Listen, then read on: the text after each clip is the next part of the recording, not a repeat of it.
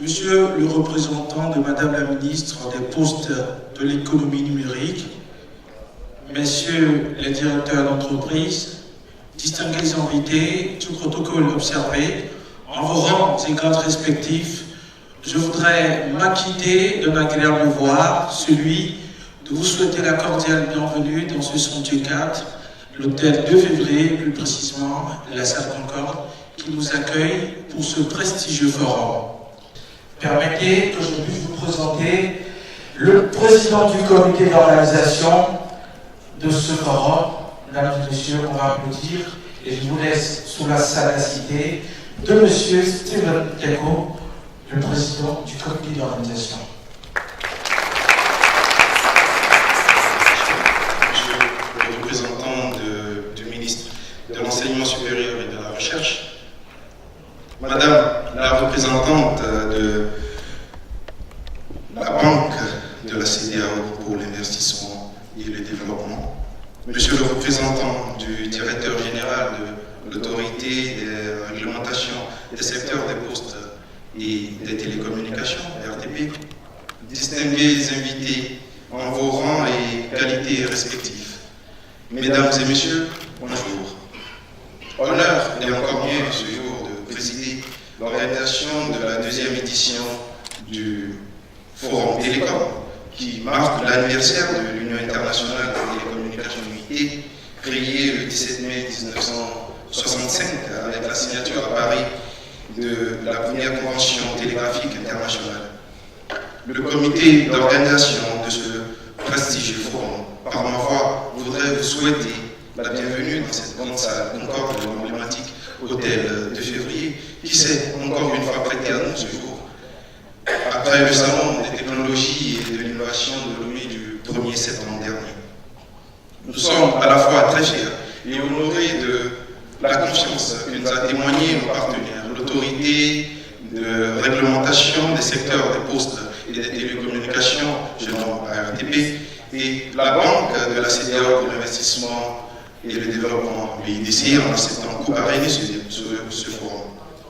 Le Centre d'études de nouvelles technologies et énergie Syntec et le magazine Afrique Haïti, co-organisateurs de ce forum, sont heureux de constater la participation d'un public si charmant, venu de tous les secteurs de la vie économique de notre pays.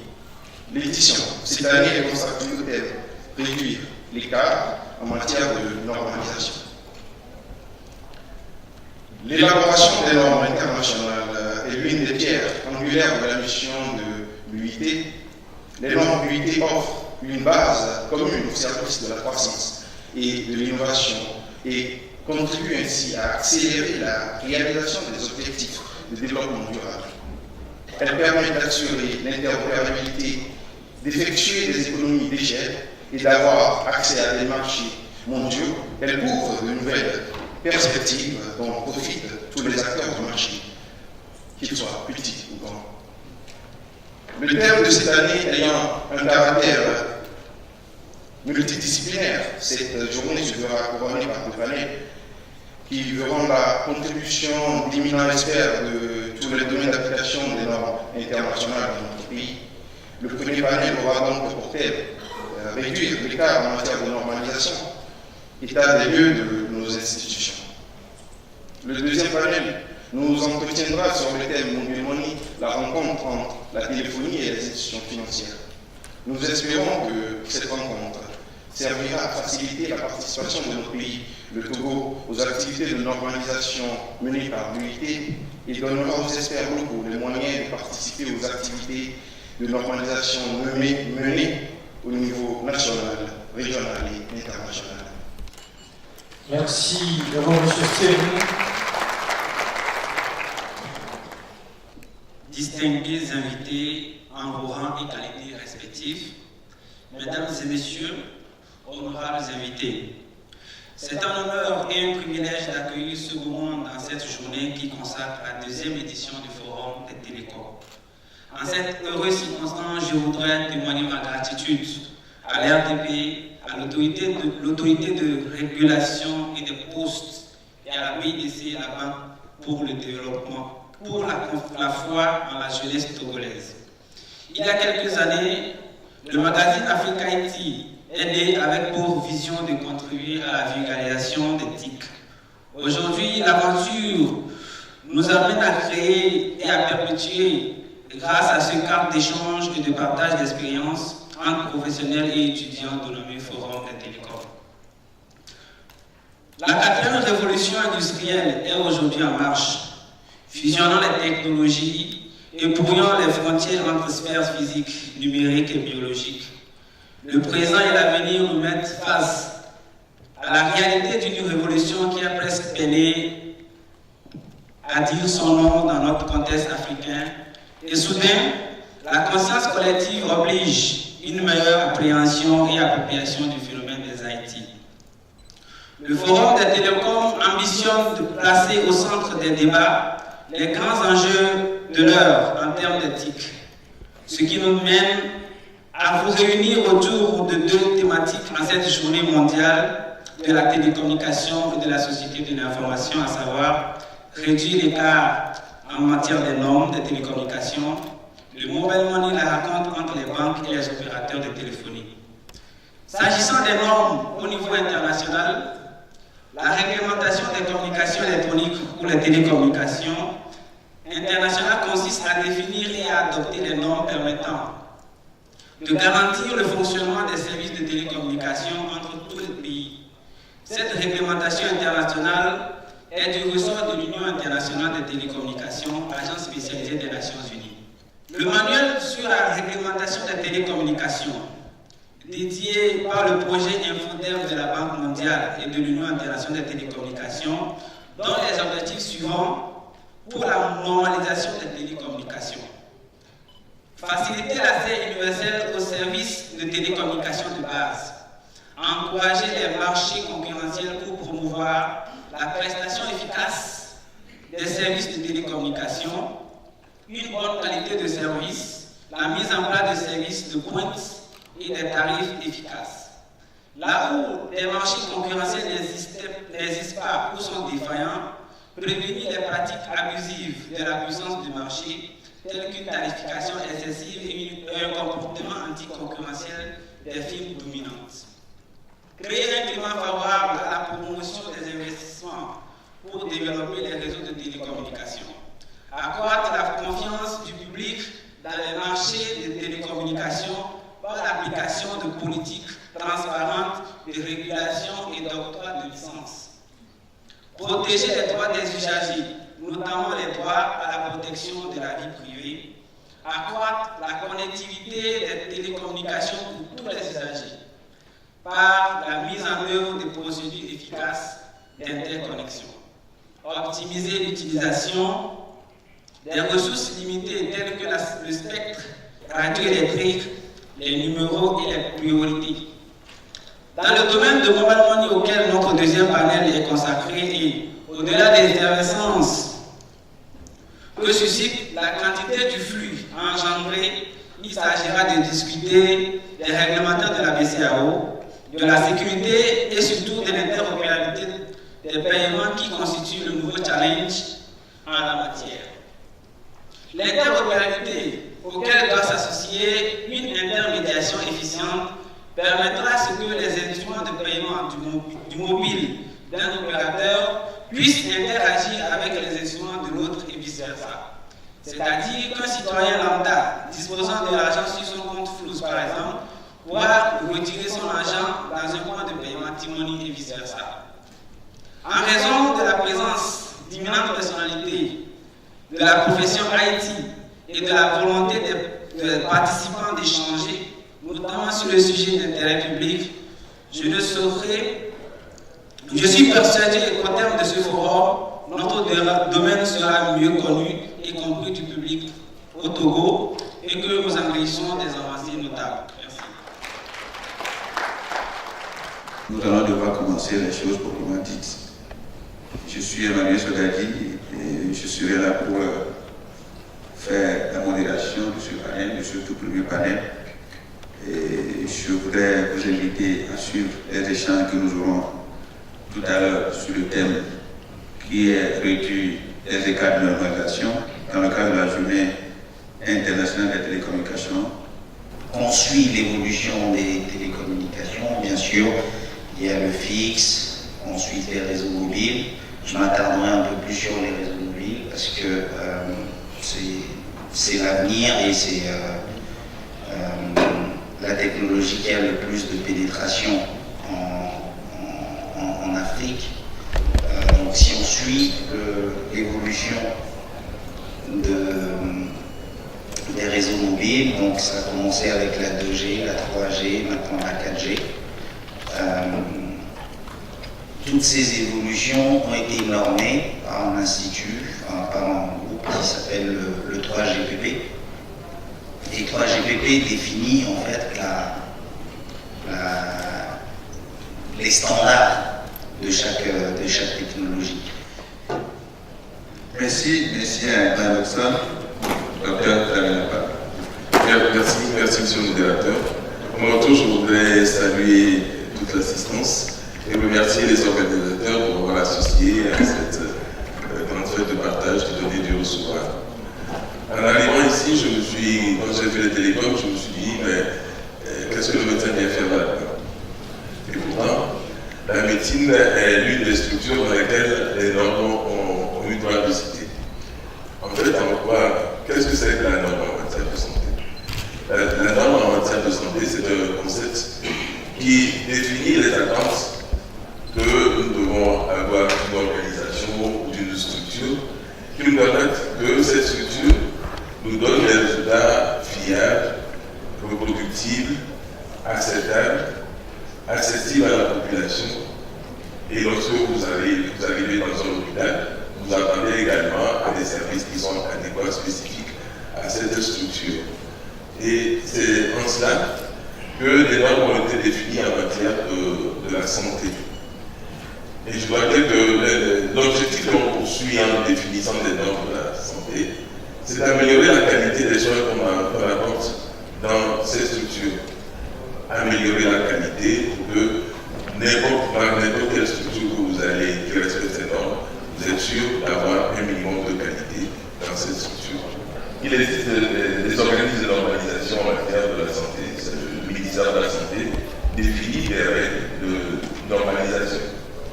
Et le Code de la santé, qui est une loi organique qui est votée par l'Assemblée, définit également les normes de pratique de la médecine dans le pays, que ce soit la médecine conventionnelle, la médecine publique et même la médecine traditionnelle au Code de la santé définit. Et je dirais tout à l'heure ce qu'il en est du taureau. Au-delà de cela, il y a des organismes de normalisation qui sont des organismes régionaux ou sous-régionaux. Au niveau de l'Afrique de l'Ouest, il existe un système de normalisation qu'on appelle l'ASWAC. Il y a le système système ouest-africain de la qualité et qui définit les normes en matière de qualité. Et à côté de cela, il y a aussi des organismes d'accréditation. Il y a des organismes qui définissent ces normes et il y a d'autres organismes qui vont suivre ces normes pour voir si vous respectez les normes et qui vous accréditent et vous disent bon, vous respectez ces normes. Et à côté de cela, il y a des systèmes internationaux. L'OMS en matière de santé a défini des normes que nous devons respecter dans nos hôpitaux, dans nos cliniques. Et à côté de cela, il y a des normes internationales qu'on appelle les ISO. C'est International Standardization of Organization, qui est un système de management. Et vous voyez partout des structures certifiées ISO 9001, qui est un système de certification pour le management. Le premier problème relève de la régulation de ces normes, c'est-à-dire que l'État doit imposer ces normes, doit trouver les moyens pour imposer ces normes à tous ceux qui pratiquent le système sanitaire. Et c'est là où le bas blesse, où l'État n'arrive pas à imposer ces normes à tout le monde. On voit encore beaucoup de structures sanitaires qui ne sont même pas répertoriées par le ministère de la Santé. Merci, monsieur le docteur, pour cette échange très riche. Et je crois qu'à la fin du débat, déjà, nous parlons ce que nous mettons dans la nomination, l'état des lieux et les approches de solutions comme vous venez de faire en dernier lieu. On vient de voir avec le docteur Chadoué que les normes et standards ne s'appliquent pas à l'informatique, aux télécommunications. Effectivement, chaque secteur d'activité de notre pays est régi par les normes. Je vais essayer d'apporter quelques points d'éclaircissement sur le secteur de la banque. Et cela, je vais ajouter que la banque, c'est une institution financière, c'est une institution où devrait régner d'abord la confiance, parce que le client, lui, il met à disposition de la banque ses ressources. Donc il faut une certaine confiance qui permet à ce que le client puisse dormir sur ses oreilles et savoir que son fonds, ou ses fonds plutôt, ou son argent est bien géré. Donc la banque va asseoir avec les comités de gestion comme la BCAO qui va réguler le secteur bancaire au niveau de l'UEMOA et aussi au niveau international. On va parler des accords BAL qui sont des accords créés par les pays de la G10 en 1974 pour régler quelques problèmes liés aux fermetures des banques, c'est-à-dire qu'on doit pouvoir gérer la solvabilité et la liquidité des banques. Donc on aura quelques accords, on aura en gros 3 accords, le BAL 1 qui va instaurer une seuil minimale de fonds propres, c'est-à-dire qu'on va créer un ratio qui impose 8% de fonds propres par rapport aux engagements de la banque. Et ensuite, on va connaître d'autres crises qui vont permettre à ce que les institutions puissent réfléchir encore à d'autres nouveaux règlements pour appeler le BAL 2 qui va faire la surveillance interne, parce qu'on a vu après le BAL 1 que le problème n'est plus au niveau des fonds propres, mais c'est un problème plus au niveau de la gestion interne des banques. Donc le BAL 2 va faire la surveillance interne des risques des banques et va mettre un accent particulier sur la transparence. Donc on aura pour le BAL 2, on aura 3 piliers, on aura 3 piliers complémentaires au BAL 1, qui est la gestion des fonds propres, donc la surveillance des risques internes et externes, et la transparence. Donc le BAL 3 va permettre de gérer maintenant les ratios des fonds propres par rapport aux actifs de la banque. Donc le BAL 3 vient en appui au BAL 2, mais règle le petit souci qu'a connu le BAL 1. Et ma question, sinon mes questions, justement, vont à l'endroit, ou sinon concernent les normes en ce qui concerne les utilisateurs des réseaux de télécommunications. Parce que quand je prends le domaine de la santé, je sais qu'il y a ce qu'on appelle le secret médical qui lie le médecin au patient. Et aujourd'hui, en termes de normalisation, qu'est-ce qui est fait pour protéger le consommateur de ce produit télécom? Quelles sont les obligations de l'ARTP en ce sens? Et je prends également les pylônes télécom qui pilulent un peu partout pour des raisons de couverture. Qu'est-ce qui est fait pour en fait organiser ce domaine d'installation de ces pylônes? Est-ce qu'il y a des contrôles qui sont faits régulièrement? Le dernier point, j'ai constaté qu'au Togo, on ne donne pas beaucoup de valeur aux informations relatives à la consommation ou disons à la consommation des produits télécoms ou des services télécoms par les consommateurs en général. On vient d'apprendre que le Togo n'a pas de laboratoire de ce nom pour tester les équipements de télécommunication. mais on obtenait les certificats de homologation. Comment se faisaient les tests pour qu'on puisse les obtenir? Et je ne pensais pas que ça constituait un danger pour les usagers, les utilisateurs. Bon, ma deuxième question, c'est par rapport aux produits chinois qui publient sur le marché. Bon, pour les travailleurs pour les grandes marques, Apple, Samsung, Hyundai et autres. Mais on a constaté au niveau des normes de santé, de sécurité, de conformité électromagnétique, ces produits chinois qui ont des normes design qui publient sur le marché ne passent pas par la RTP. Comment se font ces genres de contrôle? Merci. Ma question s'adresse à M. Lawson. Étant ingénieur en télécommunication, ayant déjà travaillé dans des groupes internationaux, qu'est-ce qui entraîne l'absence de la qualité de la télécommunication au Togo et en Afrique? Est-ce l'absence des normes ou bien le manque de la volonté politique? L'installation des pylônes ou le déploiement de n'importe quel réseau doit répondre à un certain nombre d'obligations. Et périodiquement, les RTP sont sur le terrain, fait des contrôles pour vérifier la qualité et sanctionner éventuellement les propriétaires de ces réseaux si jamais ces standards n'étaient pas respectés. Mais aussi, nous devons comprendre qu'au-delà de ça, toujours dans le cas des pylônes, le niveau d'exposition même est soumis à une réglementation. C'est-à-dire que, je prends le cas de deux pylônes qui sont en regard. La puissance d'émission de l'un de ces pylônes doit respecter des normes pour éviter pour éviter d'éradier l'organisme humain. C'est pareil, si ces produits arrivent de façon réglementaire, ils sont homologués. Mais quand ils n'arrivent pas de façon réglementaire et que ça ne passe pas le marché noir, je pense que c'est là où on attend aussi la participation du consommateur. Il faut éventuellement, si vous constatez de tels faits, il faut signaler cela. Actuellement, il y a un projet en cours à l'RTP qui va permettre d'identifier ce genre de terminaux et faire en sorte qu'ils ne puissent pas avoir accès au réseau national. Clairement, il peut y avoir des loupés, je l'ai eu avec un des opérateurs, mais le service client a réussi à rattraper mon mécontentement.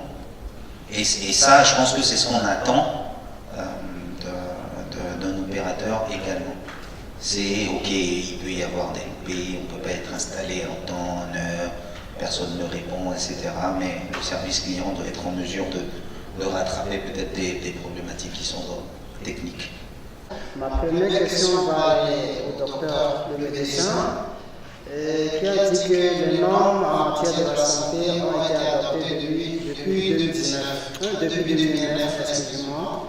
Mais aujourd'hui, les normes ne fonctionnent pas faute de moyens financiers. Mais j'aimerais savoir, est-ce qu'il y en a aussi les personnels soignants qualifiés et compétents qui sont sur le territoire national? Est-ce que nous allons vraiment avoir la vraie 4G?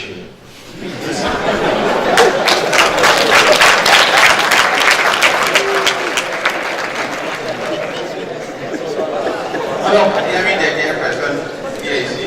Nous, médecins travaillant au Togo, connaissons tout ce qui apporte à l'amélioration de la qualité au Togo, à l'élévation des normes en termes de qualité des soins au Togo. Je voudrais personnellement encourager à ce que les normes de soins aussi élevées que nous avons à la clinique Gassa puissent être appliquées dans les structures publiques.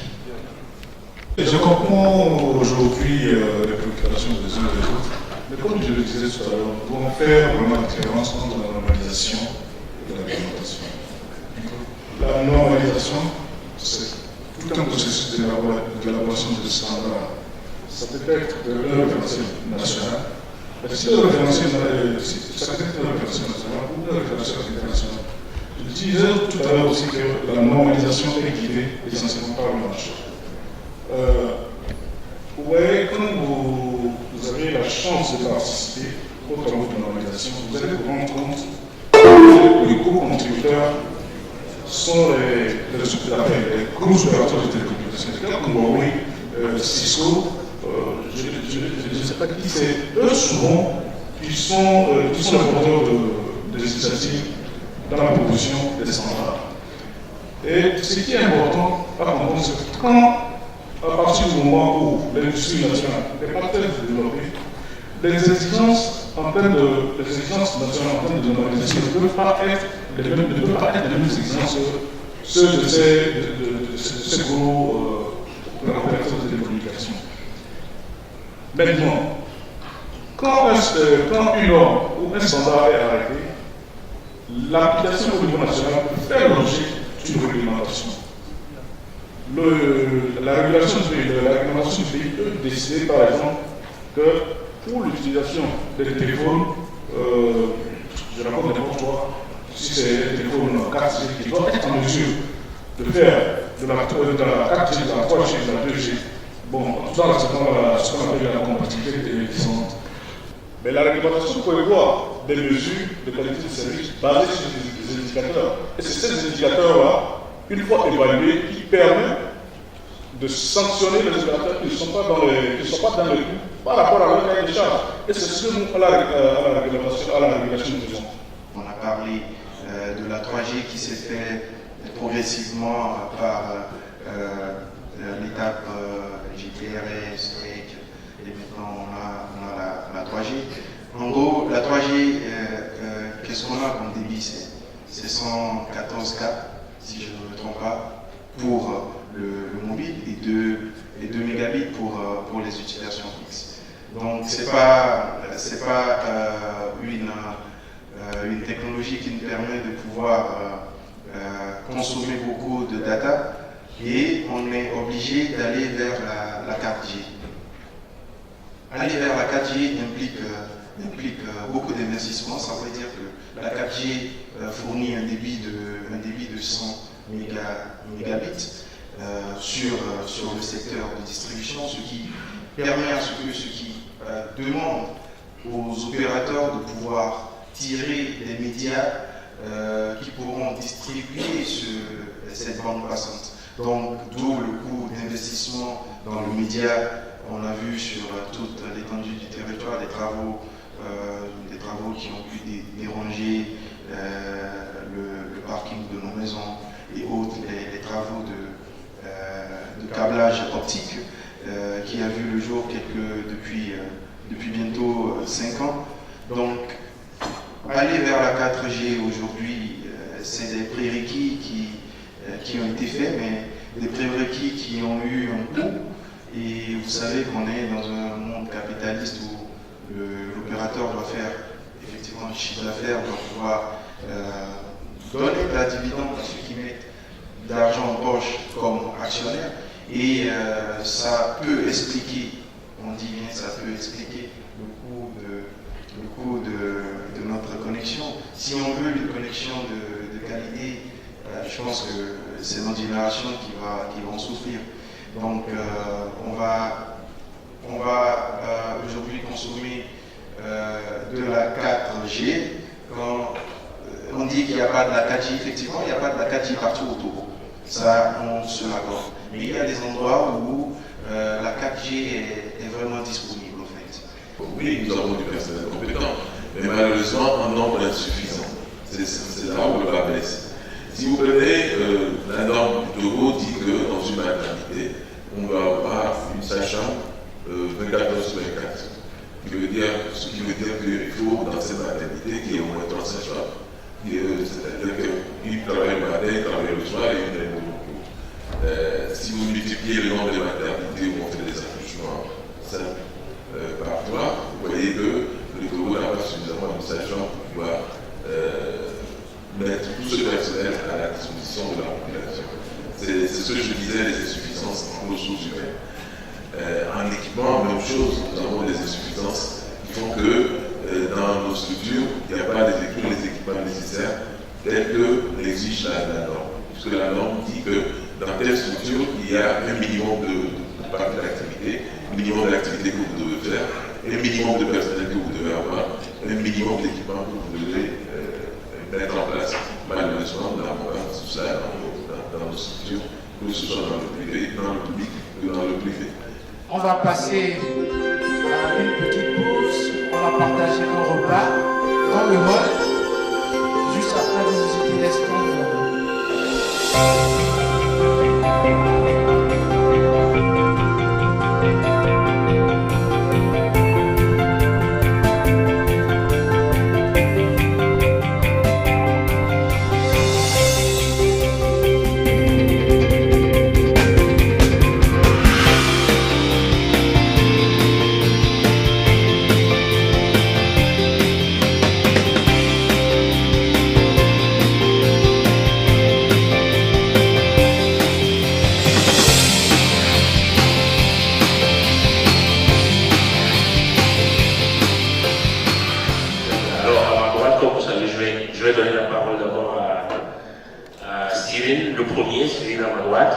Qui nous explique qu'est-ce qui a motivé effectivement le choix de ce terme selon lui. Merci beaucoup, monsieur le directeur. Je dirais que la motivation, le choix de ce terme lors de ce forum vient du fait que nous célébrons la télécommunication. Et vous savez qu'aujourd'hui, on ne peut pas y avoir mobile money ou bien finance digitale sans passer par les opérateurs de téléphone. Donc, à la fête de la télécommunication, à la fête qui consacre tout ce qui est innovation dans les nouvelles télécommunications, il y a le besoin de discuter aussi, d'échanger comment il y a des interactions qui entre tous les intervenants dans le domaine de mobile money. Et ici, nous allons parler des banques, nous allons parler de tout ce qui est opérateur de téléphonie et dans quelle mesure cet alliage peut bien fonctionner. Oui, si vous avez parlé de mobile money et en même temps aussi de banque, ma question à votre endroit est de savoir, on n'a aucune banque autour ici. Est-ce que c'est par choix ou c'est par refus de banque d'assister à ce panel? Bon, il faut dire que, étant organisateur de ça aussi, je dirais qu'on a adressé les correspondances à toutes les banques. Et nous avons invité la BCAO, nous avons invité pratiquement au moins une dizaine de banques. Mais il n'y a que la BIDC qui a répondu par le sponsoring, pas envoyé des. C'est vraiment des remercie. C'est vrai que le courrier à leur endroit était allé c'était trop court, le temps était trop court pour carré. Voilà, donc c'était la réponse qu'on avait eue de leur part. Mais quand même, les invités ont été envoyés à une majorité de banques qui pouvaient se représenter. Alors, si vous permettez, à votre nom, je demande un tonnerre d'applaudissements à la BIDC. On m'a dit que les jeux de données n'aiment pas applaudir, alors c'est pas fort. Un peu plus fort. Alors, ma première question aussi va à l'endroit de mon ami Hugues. Hugues, je pense qu'on peut se tutoyer. Hein. Tu es l'un des pionniers à Lomé au Togo de mobile money. Tu as été à Move pendant des années et tu n'es plus à se présenter au fait de ce côté-là. Ma question est de savoir pourquoi est-ce que les banques ont-elles tardé à se lancer dans la course au fait au mobile money au Togo? Parce que de mémoire, je pense quand même que Move a lancé le mobile money au Togo en 2013. Pourquoi selon toi les banques n'ont pas pris le devant? Parce que c'est quand même leur activité. Oui, déjà il faut rappeler que le mobile money a été lancé le 31 août 2013 à la soirée ministre Togo d'alors, et c'était justement Flux qui avait été lancé. Mais il faut dire qu'à ce moment-là, d'autres banques étaient en train de se préparer également. Nous avons été un peu plus rapides parce que, disons que la vision de l'équipe à cette époque, c'était vraiment de pouvoir se tailler la place du pionnier. Et donc les choses sont allées beaucoup plus vite que ce que d'autres auraient imaginé. Et donc les banques ont tardé parce qu'à un moment donné, je pense que la question se posait si c'était une activité bancaire, une activité du monde de la téléphonie. Parce que longtemps, cette question est vraiment de aller sur le tapis. Aujourd'hui, toutes les banques sont en train de se préparer afin de lancer leur propre solution, eu égard aux flux financiers qui circulent pour cette activité-là.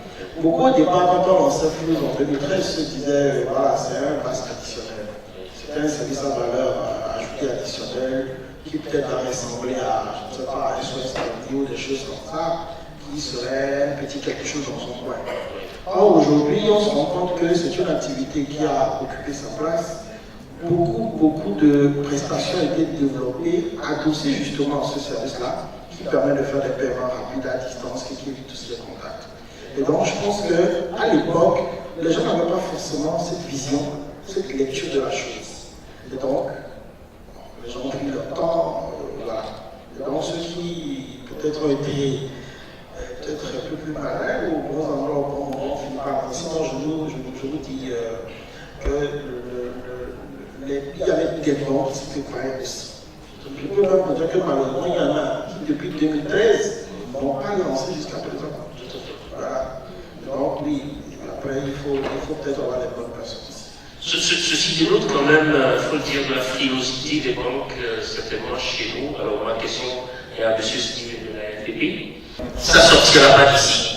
Alors, est-ce que la RTP a mis des restrictions, peut-être au niveau des banques, qui n'a pas permis à ces banques-là de se lancer dans le mobile money? Parce que je souligne quand même qu'on est en Afrique, et selon les statistiques, nous serons, grosso modo, en Afrique, 1 milliard, 1 milliard 200 millions, je ne me rappelle plus, en 2020. Et sur les milliards, nous avons, en 2020, une personne sur deux possède quand même un téléphone portable dans tous les pays. Donc on parle de 660 millions de portables.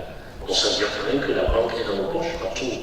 Est-ce qu'au Togo, vous avez mis des restrictions aux banques? Qu'est-ce qui s'est passé à ce moment? Pourquoi est-ce qu'ils ne prennent pas quand même le devant, elles ne prennent pas le devant de cette innovation? D'accord, merci beaucoup pour la question. Tout d'abord, moi j'ai préparé une présentation à faire pour montrer les chiffres d'évolution du nombre d'abonnés, de la téléphonie, de mobile money, tout cela. J'ai préparé, mais bon, peut-être on ne peut pas la présenter tout ce type de contenu là aujourd'hui, mais je vais revenir directement à votre question. La RTP, c'est l'autorité de régulation ou de réglementation des secteurs de poste et de télécommunications. Et son rôle n'est pas élargi jusqu'aux banques. Les banques, c'est la Banque centrale des États de l'Afrique de l'Ouest, si je veux parler de la zone UEMOA, qui régule le secteur bancaire. Donc, l'ANTP, l'autorité de régulation des télécoms, n'a pas d'obligation à donner au secteur bancaire. Nous intervenons uniquement dans le secteur télécom, donc les opérateurs fixés mobiles et Internet. Oui, mais laissez-moi rebondir là-dessus. Alors, le téléphone, au départ, c'est un outil de communication. On est bien d'accord. Votre rôle de régulateur intervient à partir de là parce que le rôle premier on va dire, du téléphone, c'est la communication. Donc je suis d'accord avec vous. Mais est-ce qu'à un moment donné, vous n'avez pas loupé le coach, c'est-à-dire que vous avez vu que le premier outil servait à autre chose, mais vous ne vous êtes pas apprivoisé le rôle d'être aussi de dire, bon, c'est vrai qu'il y a une interconnexion entre la banque, la BCAO, donc qui régule les flux financiers, et vous. Est-ce que quelque part vous n'avez pas laissé échapper un rôle qui normalement est dévolu avec vous? Est-ce que vous avez cherché à vous approprier quand même ce rôle-là? Je ne dis pas le rôle financier, un rôle de... Parce que c'est le même outil qui est utilisé aussi pour les flux financiers, pour le mobile money. Est-ce qu'il n'y a pas quelque chose qui vous a échappé là-bas? Quelque chose nous a échappé, je dirais non. Déjà, quand je prends l'historique, d'abord, aujourd'hui, la technologie évolue tellement que la régulation est à la traîne. Des fois, vous constatez qu'on fait, genre, la régulation reste amenée. La chose arrive avant qu'on réagisse. C'est comme ça aujourd'hui le marché. La technologie évolue tellement rapidement que la régulation n'est pas sûre. C'est à faire conçu. C'est le cas des services innovants aujourd'hui. Et quand je prends l'historique de Mola Maki, ça a commencé au Kenya avec un Blizzard, l'opérateur Safaricom, c'est eux qui ont commencé. Il y a certains pays qui ont commencé à faire la régulation en même temps, mais historiquement, au Kenya, bien, la régulation n'était pas intervenue au début. C'est après qu'ils sont intervenus. Une disait tout à l'heure qu'il y a des banques qui hésitent encore à se lancer dans le mobile money, dans le mobile banking. Est-ce que vous avez une incitation à ces banques-là? Est-ce que vous les incitez à y aller? Parce que vous imaginez, dans notre pays, nous avons 13 banques sur la place. On est quand même un petit pays de 7 millions, 8 millions d'habitants à peu près. Une population qui double tous les 20 ans. Ça veut dire simplement que bientôt on sera 14 millions, le reste sera beaucoup plus grand. Et les sociétés de mobile money, les sociétés de téléphonie mobile ont de beaux jours devant eux. C'est-à-dire que c'est l'une des activités aujourd'hui qui peut se dire que voilà, si moi j'investis dans la technologie, j'ai la tête tranquille, dans les 20 années à venir, dans les 40 années à venir, effectivement je vais avoir le triple de mon truc, on va dire, de consommateurs. Alors ça me pose la question de savoir, à votre avis, quelle est l'évolution du parc de téléphonie aujourd'hui au Togo? Est-ce que vous pouvez me dire exactement? Avant de répondre à cette question, concernant l'intervention de l'autorité de régulation des télécoms dans le domaine financier, c'est un peu compliqué. Je dirais, nous ne pouvons rien faire par rapport aux banques, mais par rapport aux opérateurs téléphoniques, là, on peut le faire. Et je fais partie d'un groupe de travail, groupe d'action citoyenne de l'UID, où on avait bien le premier panel, on avait parlé des normes, une définition des normes.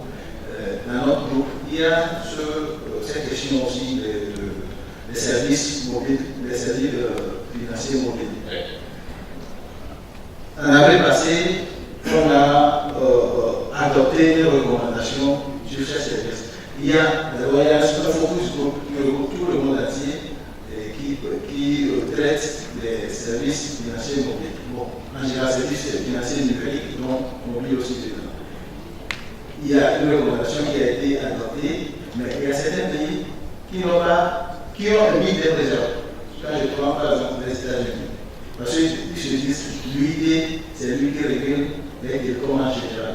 Donc ils n'ont pas le pouvoir d'intervenir dans le secteur financier. Donc ils ont intervenu, ils ont mis leurs réserves par rapport à cette recommandation. C'est-à-dire que s'il n'y a pas une bonne régulation, régulateur télécom n'aura pas le droit d'intervenir sur le service financier. Alors je pense que Stevie, c'est ça? Christian a quelque chose à ajouter à votre intervention. Christian. Merci beaucoup. Je voudrais juste ajouter quelque chose à ce qu'il vient de dire par rapport à la question. Je voudrais juste rappeler que les services financiers et la télécommunication, c'est deux industries différentes et deux grosses industries. La RTP, je pense qu'ils sont en charge de réguler tout ce qui est télécommunication et la BCAO est en charge de réguler tout ce qui est services financiers. Je pense qu'aujourd'hui, il n'est pas dans l'intérêt de la banque de se lancer directement dans ce qui, à mon avis, dans ce qui est service mobile ou service de téléphonie mobile, pour concurrencer les acteurs de la... Mais il y en a aujourd'hui dans le monde, vous prenez par exemple Orange. Effectivement. Orange, société mobile, annoncée au fait le mobile mobile. Et puis je pense que c'est quand même... Effectivement. En fait, quand je viens dans le contexte du Togo, ou dans les pays en voie de développement, dans la sous-région, dans l'Afrique subsaharienne, je pense que les banques ont plutôt intérêt à s'adosser sur les sociétés de téléphonie pour vulgariser leurs services. Tout à l'heure, il parlait du parc de téléphonie. Il a donné le chiffre. Je pense qu'il a dit 6 millions, je crois, de personnes qui utilisent. Ce n'est pas pareil pour les services financiers. Le taux de bancarisation en Afrique, généralement au Togo, reste encore très faible. Aujourd'hui, oui, très faible, mais quand même plus élevé que dans d'autres pays de la sous-région. On parle effectivement. 17%. Oui, 17%. Lorsqu'on prend aussi les microfinances, effectivement. Il faut rappeler une chose, jusqu'en 2008, le taux de bancarisation au Togo était de 5%. Il faut dire que la téléphonie mobile a aussi contribué à élever ce taux de bancarisation. Alors, je m'énerve là, parce qu'il n'y a pas de banque ici qui ont posé la question. Alors peut-être que Steven va nous... Non, c'est pas Steven, hein, Malik, à ton avis, pourquoi les banques hésitent à se lancer dans le mobile money aujourd'hui? parce qu'effectivement, tous les clients ont un téléphone portable. Qu'est-ce qui se passe dans le pays? Bon, je dirais que les banques hésitent. Certaines banques hésitent beaucoup parce qu'il y a un problème de réglementation qui est là. Et du coup, ils sont un petit peu hostiles. Ils se disent aussi peut-être qu'ils vont perdre leurs petits clients, les clients petits comptes, si je peux ainsi le dire. Parce que si je vais juste à la banque pour faire, je fais de l'épargne, juste je dépose 1000 francs par mois. Pour moi, si je reste à la maison et que j'utilise mon téléphone mobile pour faire de l'épargne directement, avec mon téléphone mobile, directement, ça m'arrange que de me déplacer et d'aller à la banque. Donc pour eux, il y a aussi ce fait qu'ils vont perdre les petits clients. Je ne sais pas si vous... Ils vont perdre les petits clients. Oui. Mais les petits clients, ils n'en veulent même pas. Oui. Vous êtes d'accord avec moi ou pas? Ouais, les petits clients, ils n'en veulent même pas. Alors ce sont ces petits clients qui sont les clients en fait du mobile money. Alors moi je me souviens encore en 2013 lorsque, parce que j'étais à Mauve, lorsqu'il fallait lancer, on va dire, Flows. Et les négociations, je ne vais pas citer les banques, ont été d'abord avec une banque qui a hésité et n'est jamais venue derrière. Cette même banque, quand on a fini de lancer Mauve, elle court après. Et puis Mauve a dit non, on ne va pas vous donner. Et puis se sont lancés dans d'autres produits aujourd'hui, mais qu'on voit quand même que... Vous savez, je pense honnêtement que la banque, dans son rôle traditionnel, doit comprendre qu'il faut dépasser ce rôle-là.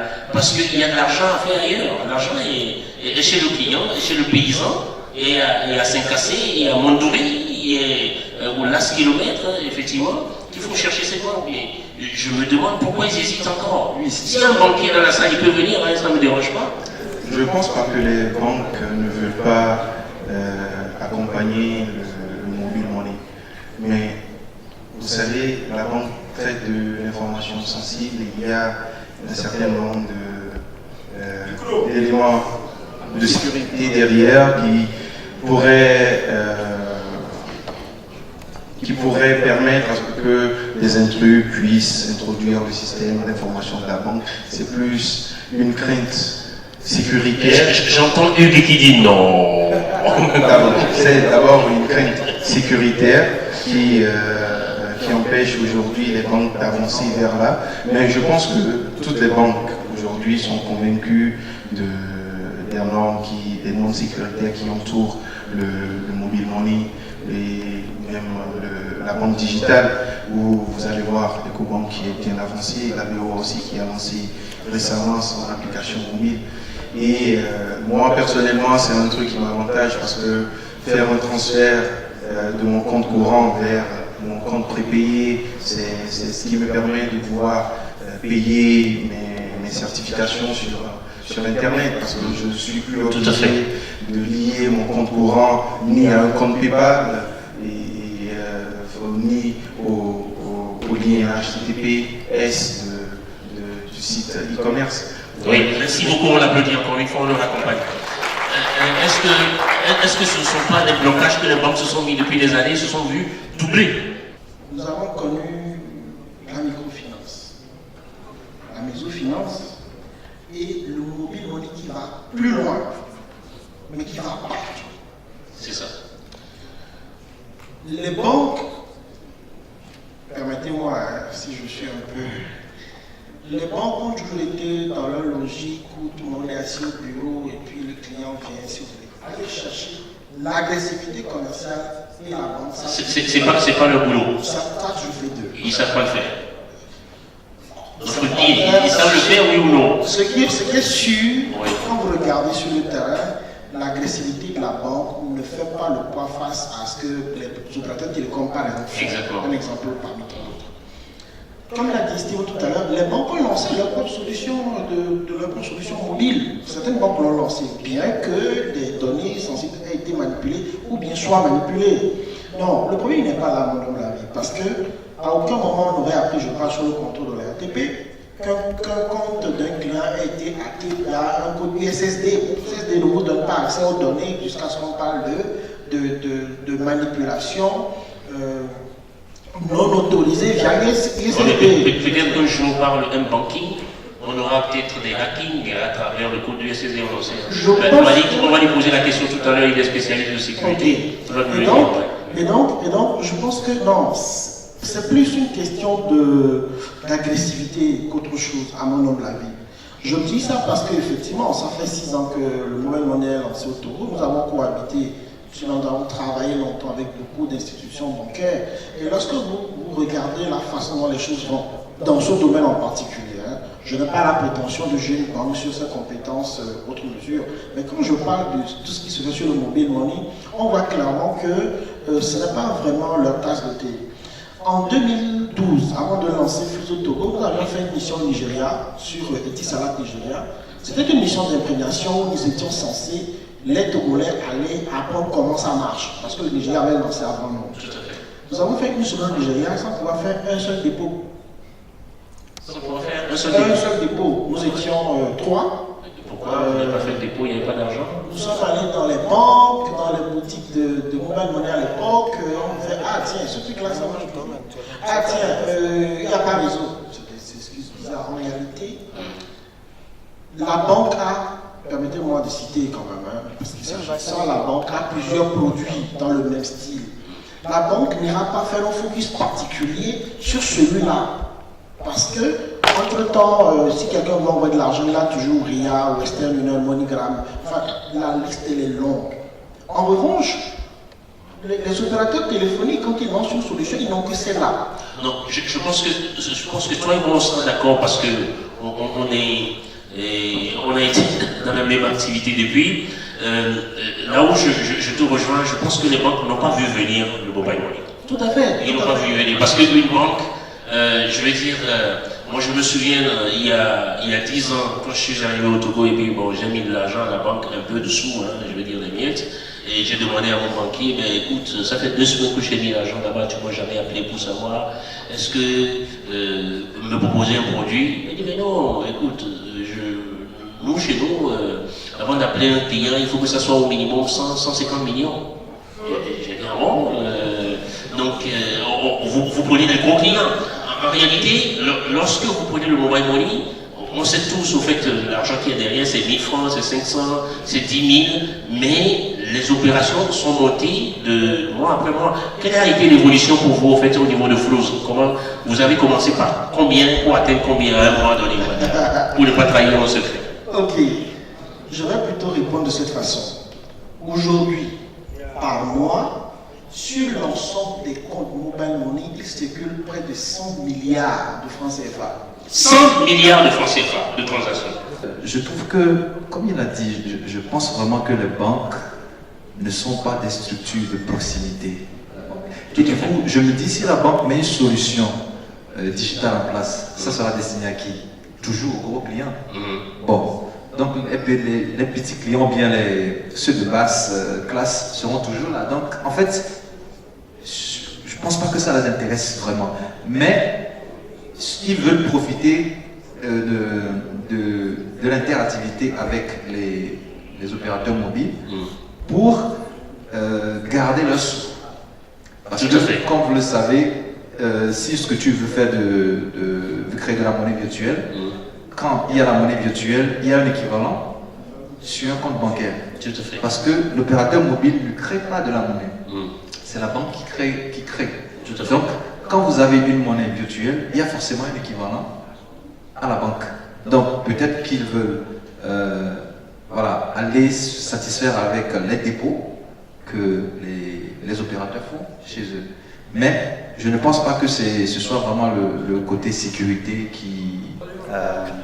Le premier projet sur lequel j'ai travaillé, c'était la portabilité des numéros.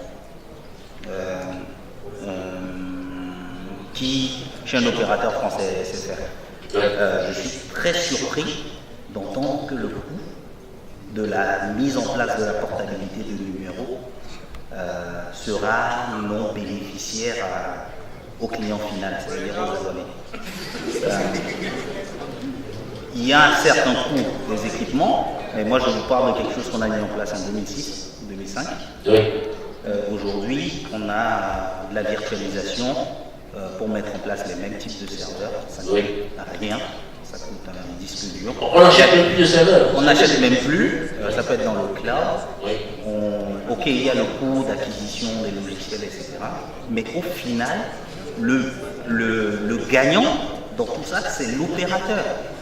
C'est l'opérateur parce que la portabilité permet quoi? Elle permet de ne pas router tous les appels dans tout le réseau. Exactement. D'accord? Il y a des circuits qui sont prédéfinis, on connaît, enfin tous les opérateurs connaissent les numéros. Donc finalement, l'intérêt, c'est pour l'opérateur. Et puis, je ne vous coupe pas, ça permet aussi d'éliminer les financements. Exactement. Effectivement, au lieu d'avoir deux téléphones, vous en avez qu'un seul. Exactement. S'il y a un profil qui ne peut pas bien la fiche en cognon avec le même numéro. En réalité, il y a des aspects non négligeables que les banques commerciales prennent en compte de par l'activité bancaire classique. Il y a la réglementation qui est là-bas et que les banques commerciales prennent souvent en compte.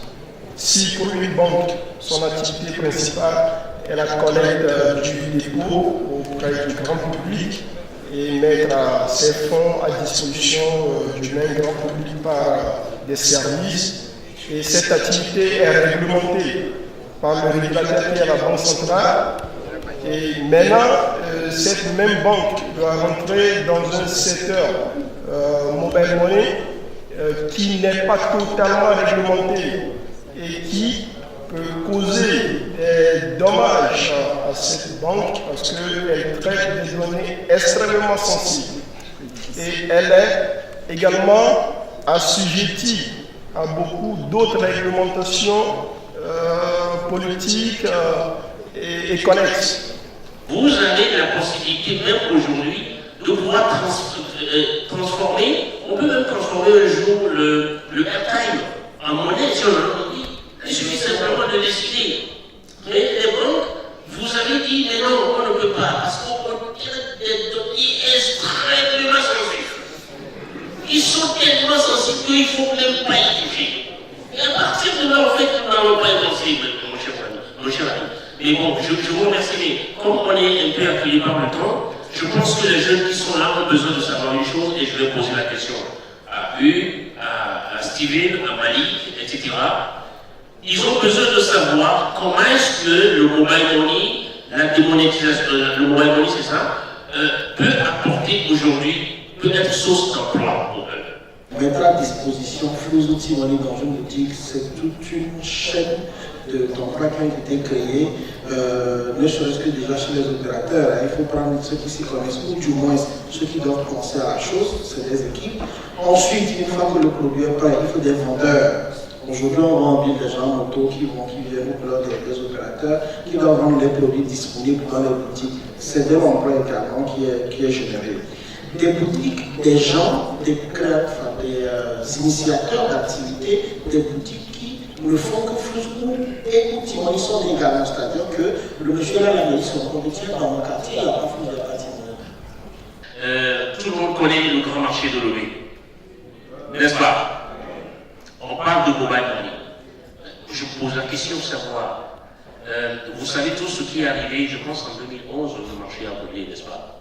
On nous a dit qu'il y a des gens qui ont laissé énormément d'argent là-bas ou pas.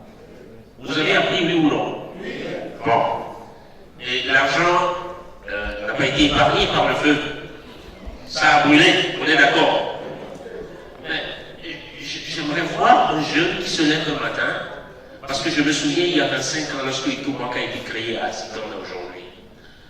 Vous savez, beaucoup de gens dans d'autres pays ne savent pas que EcoBank, c'est le Togo, c'est à Zitone que ça a été créé. Vous allez au Nigeria et dans d'autres pays d'Afrique, ils pensent même que EcoBank, c'est chez eux. Mais c'est chez nous ici.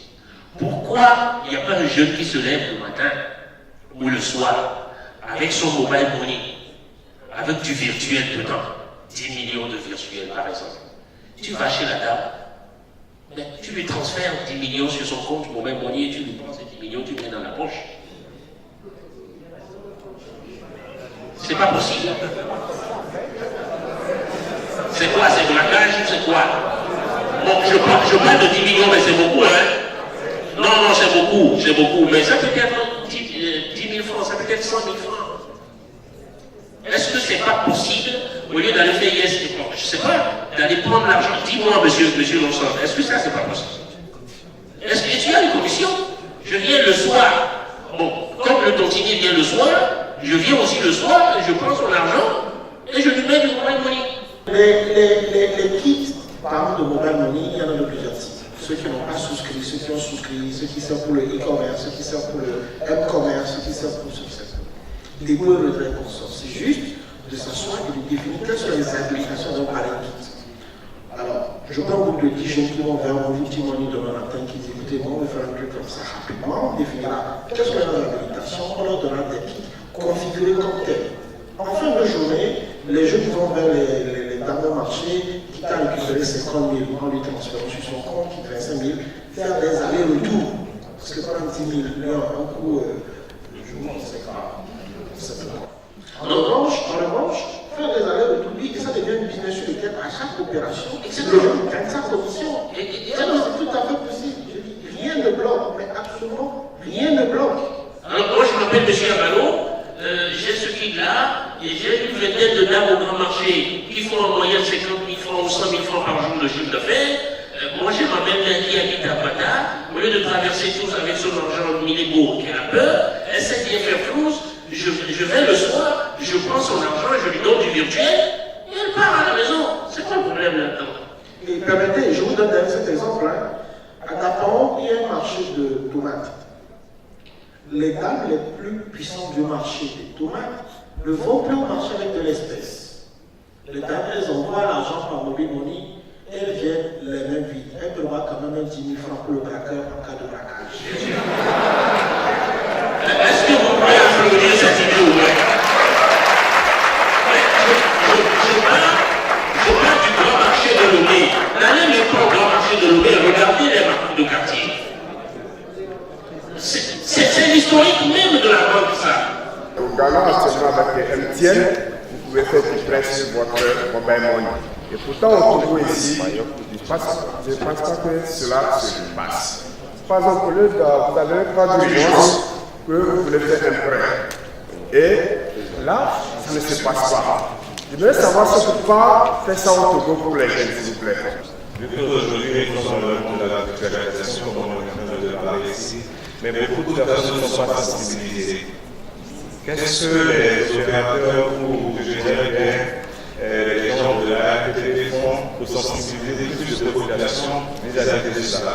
Ce que nous remarquons aussi, c'est que beaucoup de marchands n'utilisent pas ces services. Aujourd'hui, si toutes les boutiques, par exemple, ont ces gens de services qu'ils offrent, ça serait plus facile et tout le monde ne pourra pas circuler avec des espèces. Beaucoup de personnes ont peur d'avoir des objets et de ne pas pouvoir l'utiliser. Donc, je pense que là aussi, il y a un blocage. Puis, vous avez brièvement évoqué les conversions du crédit en argent. Je ne sais pas si c'est envisageable ou bien comment. Genre du crédit pour appeler, si on peut convertir ça en espèces. En gros, quelqu'un t'a envoyé 10 000 francs de crédit, mais tu as besoin de... C'est tout à fait possible. Je pense que Steven est beaucoup plus la personne qui a bien indiqué pour nous donner le statut. Où est-ce qu'on en est? Pourquoi ce n'est pas encore opérationnel? Et à quand on peut espérer ça? Bien. Merci. Je pense que le problème de prêt ou bien de prêt sur mobile money, ce n'est qu'une question de confiance, sans une étape de confiance. Parce que déjà, comme je viens de dire, c'est les microfinances qui boostent un peu le mobile money en termes d'opérations à faire sur les téléphones. Donc maintenant, nous, de notre côté, à Kajekfi, nous avons, dans la solution que nous avons installée dans les microfinances que je viens de citer, il y a toutes les options pour consulter, faire des dépôts, faire des retraits, et même demander un petit crédit. Et le petit crédit, mais bien sûr, le microfinance a besoin de savoir si celui qui initie la demande de crédit peut lui rembourser. D'accord? Et vous savez que dans les microfinances, il suffit de donner votre nom et puis vous créez un compte. C'est pas comme à la banque où on vient chercher, on vient savoir là où vous vivez. Donc, les petits crédits que vous demandez à travers le téléphone portable, on sait mettre de l'application de l'aide de pour le faire. Maintenant, il y a un système que nous mettons derrière la demande de crédit qu'on appelle le crédit scoring. Le crédit scoring vient chercher ta fréquence d'opération sur dans la microfinance. Et voici une telle personne qui demande 10 000 francs. Combien, par exemple, il manipule chaque fin du mois? Est-ce qu'il peut fuir avec 10 000 francs?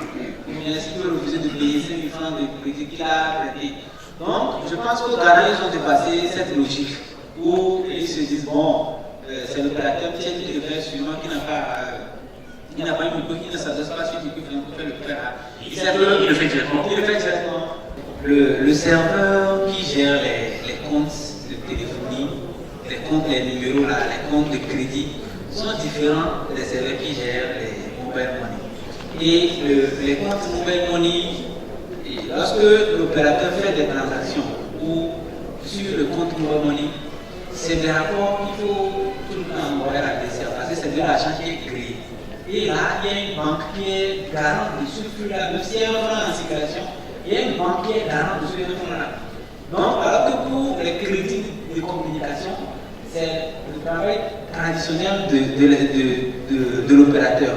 Là, il n'y a pas de réglementation, il y a en tant que tel.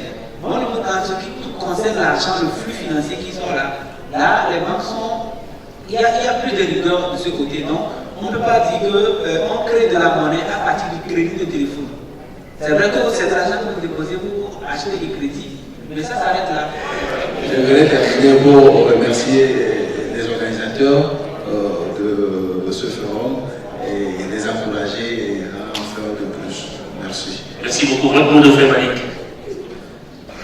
Je remercie également les organisateurs de ce forum. Merci. Merci beaucoup, on l'applaudit. Merci, Malik. Votre mot de fin, Christian. Merci. Je pense que je vais commencer aussi à remercier les organisateurs. Je pense que on m'a plusieurs fois invité à les forums, mais j'étais jamais là, j'avais pas le temps. Et par rapport au thème de ce panel, c'est rencontre contre les institutions financières à la téléphonie mobile. Je pense que cette rencontre peut être qu'un partenariat gagnant-gagnant. Et je pense que ce débat va défaut pour les banques de créer des sociétés de téléphonie. Ils peuvent sans doute s'accrocher à la téléphonie mobile pour repousser encore plus les limites de l'inclusion financière. Et je pense sincèrement que ce n'est plus à démontrer. La téléphonie mobile est vraiment créateur d'emplois. On le voit par jour, on vient d'en parler, on en a parlé. J'ai parlé des services de livraison et autres, GoZem et tout. Malik vient de dire une chose par rapport à l'entrepreneuriat qui est très évident. Donc tout ce que moi je peux dire c'est de continuer à creuser, chercher, et je pense que vous finirez toujours par trouver. Et une chose est sûre, l'entrepreneuriat n'a jamais été chose facile et ça ne sera jamais chose facile. Voilà. Merci. Merci beaucoup, on l'applaudit, Christian. Merci d'être là. Merci pour le partage. Cyril, votre mot de fin. Merci, M. Albert. Je pense que, comme le thème de ce panel indique, c'est la rencontre entre la banque et les opérateurs d'économie. L'objectif, c'est de voir est-ce que le public ou bien le commun des Togolais peut avoir dans cet échange-là. Donc, je dirais que la RDP, dans son rôle de régulateur d'économie, a permis aujourd'hui à ce que chaque institution puisse disposer de l'essence d'un opérateur. L'opérateur n'a même plus le droit de dire non. Il a un manque de donner ou de ne pas appuyer dans donner.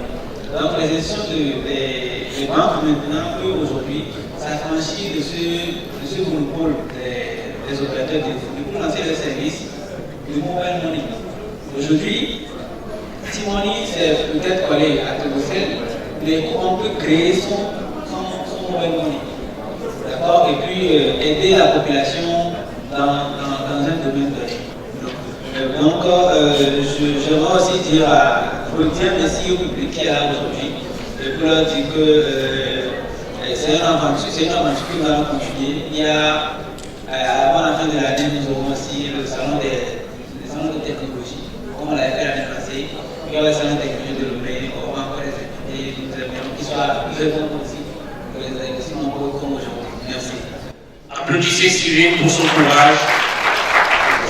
Bon, je pense que ce genre de réunion, de panel doit se faire plus souvent, en s'assurant que les oreilles qu'il faut viennent écouter ce qui se dit, les questions qui se posent, afin qu'on puisse atterrir sur des choses concrètes. On applaudit Luc, merci beaucoup. Merci à toi, merci à tout le monde, merci pour ce beau panel, merci d'être venu, merci aux organisateurs et à très bientôt. Bonsoir tout le monde.